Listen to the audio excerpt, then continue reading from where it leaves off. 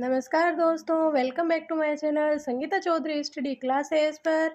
पिछले वीडियोस में हमने चौहान वंश की उत्पत्ति, चौहान वंश कंप्लीट कर लिया था और आज हम अपना नया टॉपिक शुरू करेंगे, मेवाड़ का इतिहास। मेवाड़ का प्राचीन नाम सीवी प्रागवाट मेदपाट था और ये एक जनपद था। इसकी राजधानी माध्यमिका या नगरी था। उसे माध्यमिका या नगरी दोनों ही नाम मिलते हैं और आपको ये प्राचीन नाम भी याद रखना है, सीवी प्रागवाट मेदपाट। और मेवाड़ में चित्तौड़गढ़ दुर्ग है। चित्तौड़गढ़ दुर्ग का निर्माण अगर हम देखें तो चित्रांगद मौर्य ने करवाया था और ये मेसा के पठार पर है और ये चित्तौड़गढ़ दुर्ग चित्रकूट पहाड़ी पर है। इसके आधुनिक निर्माता महाराणा कुंभा माने जाते हैं और ये चित्तौड़गढ़ दुर्ग बहुत ही भव्य दुर्ग है और ये राजस्थान का सबसे बड़ा लिविंग फोर्ट माना जाता है। ये क्वेश्चन आपको ध्यान रखना है, राजस्थान का सबसे बड़ा लिविंग फोर्ट चित्तौड़गढ़ दुर्ग। और इस दुर्ग में खेती भी की जाती है, ये भी आपको ध्यान रखना है। कई बार ऐसे पूछ लेते हैं जैसे राजस्थान का सबसे बड़ा लिविंग फोर्ट कौन सा है, तो चित्तौड़गढ़ है। और ऐसा कौन सा दुर्ग है जिसमें खेती भी की जाती है, तो वह चित्तौड़गढ़ दुर्ग है। चित्तौड़गढ़ दुर्ग ऐसा माना जाता है जिसमें अगर 1-2 साल तक कोई रहे तो आराम से खेती पानी सब उपलब्ध होता है वहाँ, उससे बाहर जाने की आवश्यकता भी नहीं है। और ये चित्तौड़गढ़ दुर्ग गंभीरी और बेड़च नदियों के संगम पर है। और अगर हम देखें तो शुक्र नीति में दुर्गों को 9 भागों में बांटा गया है और वो 9 दुर्ग हैं, सैन्य दुर्ग, गिरी दुर्ग, वन दुर्ग, धानवन दुर्ग, पारिक दुर्ग, पारिद दुर्ग, एरण दुर्ग, जल दुर्ग या औदक दुर्ग और सहाय दुर्ग। और ये चित्तौड़गढ़ दुर्ग इन सभी दुर्गों की श्रेणी में, धानवन दुर्ग को छोड़कर इन सभी दुर्गों की श्रेणी में आता है।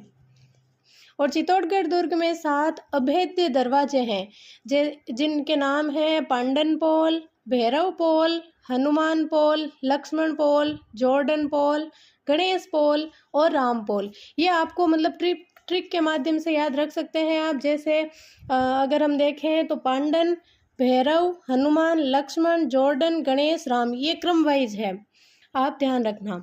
और मेवाड़ में गुहिल वंश का अधिकार था।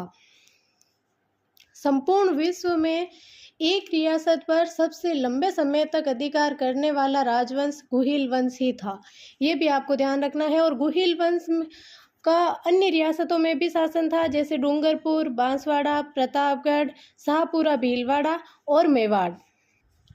मेवाड़ के शासक हिंदुआ सूरज कहलाते थे।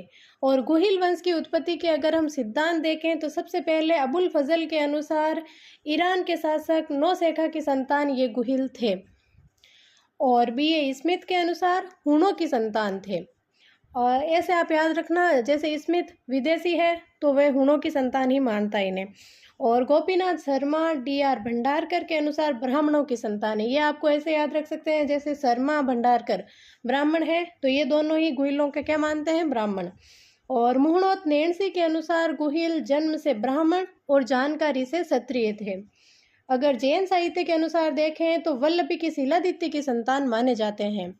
और श्यामल दास, जो कवि राजा श्यामल दास है, उनकी पुस्तक है वीर विनोद, उसके अनुसार गुहिलों का मूल स्थान वल्लभी है।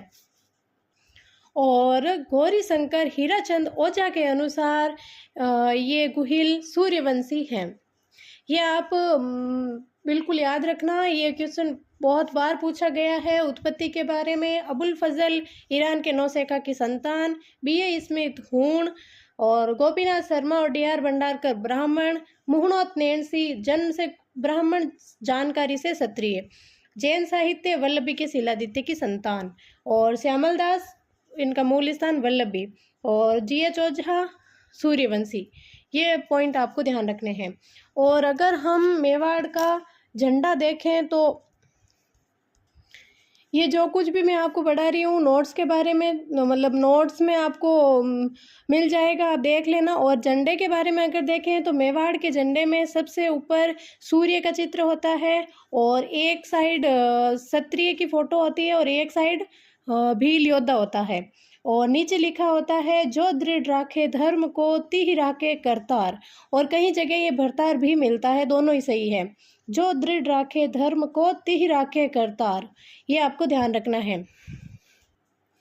और आप जब इस वीडियो को सुनेंगे तो आपको मतलब बहुत अच्छा लगेगा और समझ में आएगा। और जब वो नोट्स हैं उन्हें आप पढ़ेंगे तो बार बार रिवाइज करेंगे तो आपको याद होगा। इसलिए मैं नोट्स डालती हूँ और आप उसे पढ़ लीजिएगा।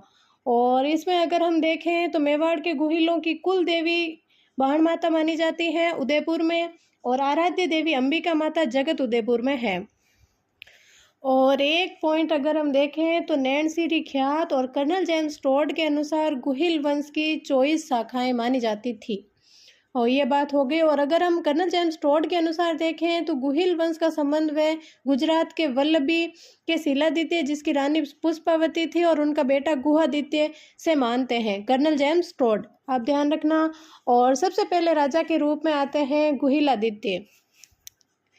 566 ईस्वी में गुहिल वंश की स्थापना गुहिलादित्य ने की और यह जानकारी सामोली अभिलेख से मिलती है जो 646 ईस्वी का है।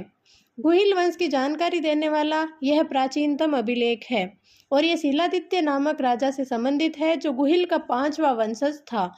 और ये सामोली अभिलेख जावर के खनन उद्योग की भी जानकारी देता है और जावर के खनन उद्योग में तांबा और जिंक उनका खनन हुआ था। और इस अभिलेख के अनुसार जैंतक महत्तर नामक महाजन ने अरण्यवासिनी माता या जावर माता के मंदिर का निर्माण करवाया था और इसके बाद ये जैंतक महत्तर देवबुक नामक स्थान पर अग्नि प्रवेश कर लेता है। ये कुछ बातें थी सामोली अभिलेख के बारे में जो कुहिल वंश की जानकारी देने वाला प्राचीनतम अभिलेख है, शिलादित्य राजा से संबंधित है जो 5वां वंशज था, जावर के खनन उद्योग की जानकारी देता है और जैंतक महत्तर ने अरण्यवासिनी जावर माता का मंदिर का निर्माण करवाया था। इन सब की जानकारी सामोली अभिलेख 646 ईस्वी से मिलती है। और अगर गुहिलादित्य के पिता देखें तो वह पिता शिलादित्य थे, माता पुष्पावती थी और गुहिलादित्य का लालन पालन कमलावती नामक स्त्री ने किया था। और मेवाड़ के शासकों का राज्य अभिषेक उंदेरी गांव के भील करते थे और ये राणा लाखा तक करते थे। राणा लाखा अगले शासक बनेंगे, अगले 3, 4, 5 शासकों में आएंगे। राणा लाखा तक राज्याभिषेक उंदेरी गांव के भील किया करते थे। नेक्स्ट वीडियो में हम कालभोज नामक राजा के बारे में पढ़ेंगे। तब तक आप इन सब को रिवाइज कर लेना और तब तक के लिए थैंक यू। वीडियो अच्छा लगे तो like, comment, share and subscribe जरूर करें।